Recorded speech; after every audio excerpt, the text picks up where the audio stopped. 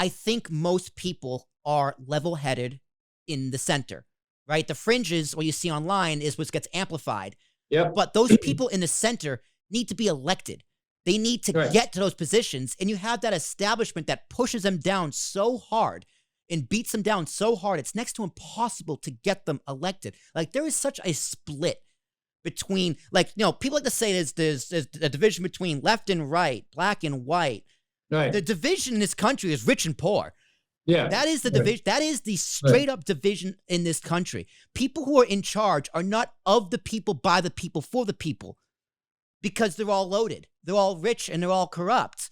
And the biggest problem I see with the economy is that it's very hard for someone like me who makes about $60,000, $70,000 a year in New York, nonetheless, to be represented in financial conversations. Like, you look at CNBC, right? They're talking about charts and businesses and news and finance and the state of the economy. And I go, okay, what do those numbers actually reflect? Do they reflect Main Street? Right. Or do they reflect Wall Street? Right. And what does the people in charge, the leaders of this country and the leaders of the free market, care more about? Main Street or Wall Street?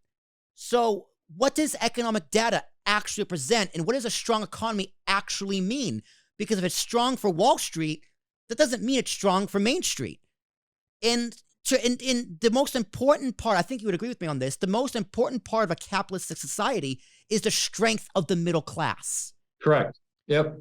So how, again, untie that knot for me, because I'm going on rants here, and I apologize because I'm trying to ask a question. No, this is all good stuff. But so like you have the mainstream and the powerful not representing the people through their elections and through how they talk about the economy, because they focus so much on businesses, Wall Street, as opposed to Main Street.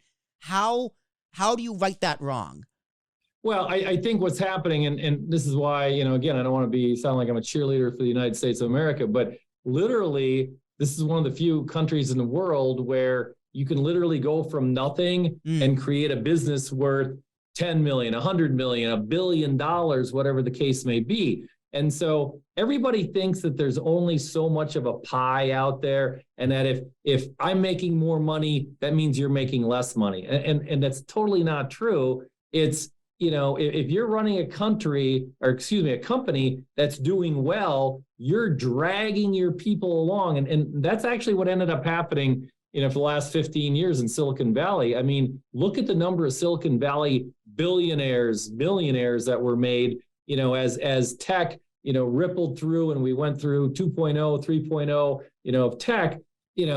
California would not be the economic powerhouse it is now if it wasn't really for Silicon Valley. And I think that's what's going to happen, because you're exactly right. Wall Street can't do well if Main Street isn't doing well. And eventually, to circle back about my whole libertarianism streak of, people between the ages of 20 and 30 is, I think people like yourself are going to be like, hey, man, I don't need you. Just let me do my thing. I need less government oversight, less taxation. Let me start my business. Let me run it. Let me provide a service. If I'm providing a good service, I should get paid. And I think that's really what we're kind of on the cusp of right now, is people are beginning to realize that, government's too big. And so what do you do to bring government back down? I mean, I was thinking about this the other day.